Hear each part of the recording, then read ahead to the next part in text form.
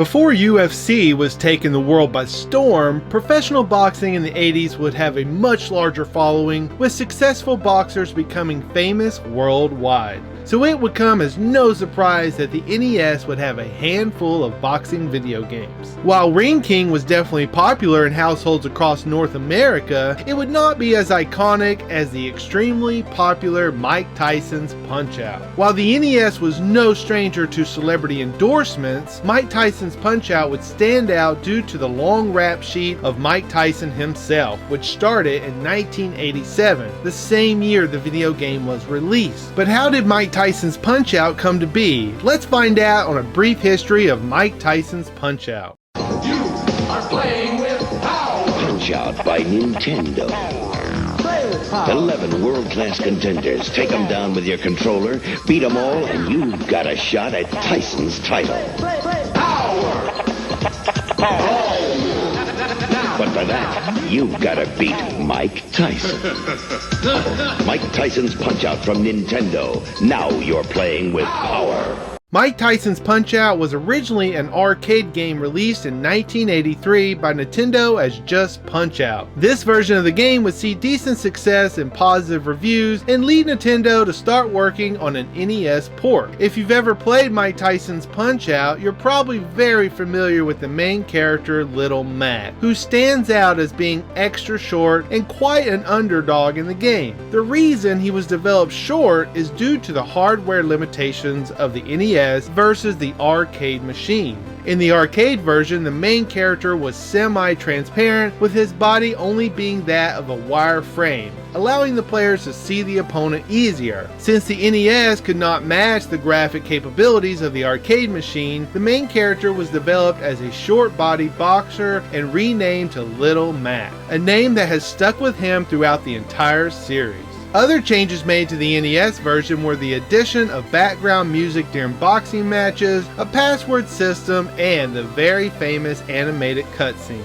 The opposing boxers were also redesigned and given set patterns, allowing the player to memorize their movements in order to defeat each one. The development staff did this to make the game feel less like the arcade version, where boxers' moves were very random.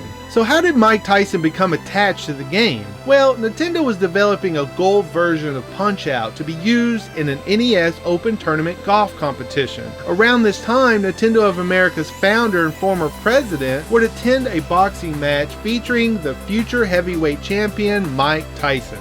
He would be so amazed by Mike Tyson's power and skill that it inspired him to use the athlete's name and likeness for the upcoming port in an attempt to help the game sell better. Nintendo would take a huge risk in 1986 and make the deal before Mike Tyson would win the heavyweight championship and pay him a rumored $50,000 for a 3-year contract. The risk would pay off big time because Mike Tyson would win the championship on November 22nd, 1986, which in turn would greatly increase the sales of the game. When the game was released, it would be met with very positive reviews and still today is regarded as one of the greatest games for the NES. In 1990, Nintendo would remove Mike Tyson's name from the game, something that was rumored at the time to have been done because of all the legal trouble Mike Tyson was going through. However, it was really done because the contract with Mike Tyson had expired, and so Nintendo replaced his character with Mr. Dream and re-released the game in limited numbers.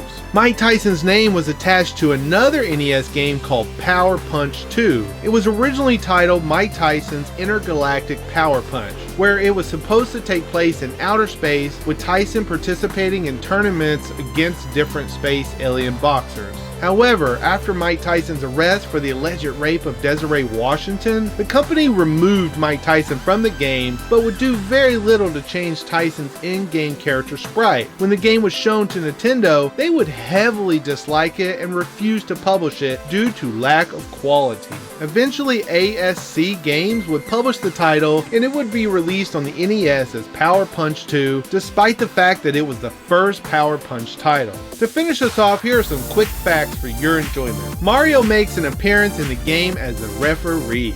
Due to Nintendo's strict censorship on the NES, Vodka Drunkaninsky's name from the arcade version was changed to Soda Popinski on the NES. The theme song for Mike Tyson's Punch-Out is Look Sharp, Be Sharp by Malone Merrick from the 1950s.